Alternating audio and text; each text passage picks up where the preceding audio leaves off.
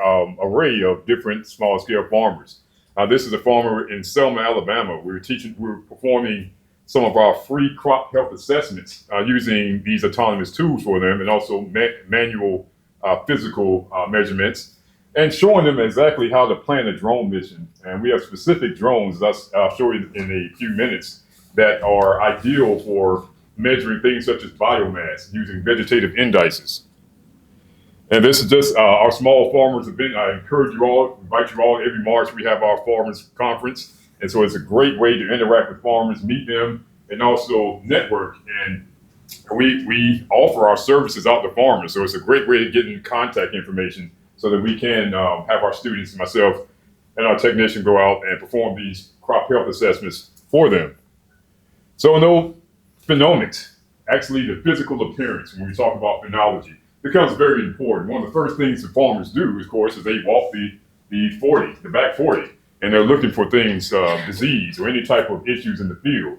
And that can be pretty time consuming. And so the use of autonomous tools can alleviate some of that time that it takes to actually assess how well your acres are doing. So the purpose of these robotic tools, increased throughput and precision of crop phenotyping. What is going on in the field? Where could there be potential hotspots that are in need of pesticide or herbicide, and how can we directly target those to avoid overuse of chemicals in the environment, and also reduce the amount of cost in production. So some of the platforms we're going to talk about today is the FarmBot, which is the automated garden tool, the TerraCentra rover, which we have downstairs, the Amiga Farming G tractor robot, which we have at the university. We'll not talk too much about the new quadruped that we have now. We're still mastering some programming on it. We have a custom crop phenotyping robot, which we have downstairs for display with our partners at the University of Illinois. And of course, the multispectral UAV, our drone, this multispectral camera. So the FarmBot, as you see in the greenhouse, we have sweet potatoes, and we're using the FarmBot for watering. It also has a camera system, and it also can do things as far as planting and propagating seeds completely autonomously.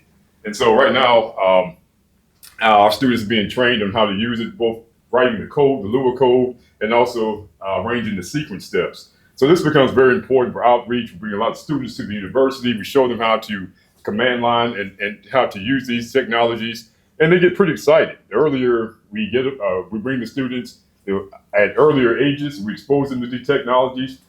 It really makes a huge impression on them as they develop, and hopefully we can steer them into agriculture. We're past cow and plow now. We're introducing a lot of robots in agriculture. A lot of my student interns are engineers, computer science majors, people that work with AI, and we're incorporating all that into our infrastructure. Some of our work with high tunnels, a subaward we have with Illinois, involves the use of this robot, this phenotyping robot here, which we have downstairs, has an arm with a depth camera on the sides, of course, and then this is the prototype. So the one we're going to retrofit this with a gripper. And so it really is designed for harvesting cherry tomatoes in tunnel houses. But we have a freight farm at Tuskegee, so I want to implement this while it's in its phenotyping stage into the freight farm so they can actually perform phenotyping of our vertical plant systems in the freight farm. We have the TerraCentra rover, which is equipped with LiDAR, has an AI model that's been integrated. And so as it moves through the field, it actually shows bounding boxes where it actually detects the different crops. And they can actually analyze things such as stem width, stem diameter. They can count the number of fruits. This being developed by EarthSense, which is out of Illinois. They do a lot of corn and soybeans. So the AI model that it's been trained on, it is really trained on soybean pods. And so it can actually identify those pods and give us a lot of physiological parameters and useful information, plant traits that can be very informative to the farmer. And down below this, our students are engaged in social media. So we're training on these techniques. We try to upload to various social media accounts, Instagram, YouTube, and get this awareness out to the general public. And also, students love social media. So our aerial crop monitoring agents, our UAVs, our unmanned aerial vehicles or drones, as you know, we have, of course, a multispectral drone that looks at different wavelengths of light. And this is just we have a lot of students from Booker T. Washington High School, and even the elementary schools that have come to campus, and we'll engage them in these technologies.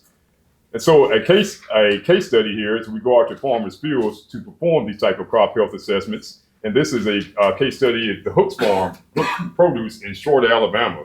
And so we went out, took the drones out with the students, and we were able to map his field. And so as you can see on the right-hand side, the multispectral camera looks at different wavelengths of light. You know, there's different wavelengths of light from the sun. Plants love to absorb red and blue for photosynthesis. But also, of course, there's other wavelengths of light, such as near infrared, that are reflected. And so we look at the balance of reflected and absorbed light, and vegetative indices can be developed, such as NDVI, normalized difference vegetative index. Looks at near infrared and the quantity of red light, whether it's absorbed or reflected. You can see in the healthy leaf, the amount of near infrared light is reflected greatly. So in comparison to a more stressed or dead leaf, the amount of reflectance is decreased.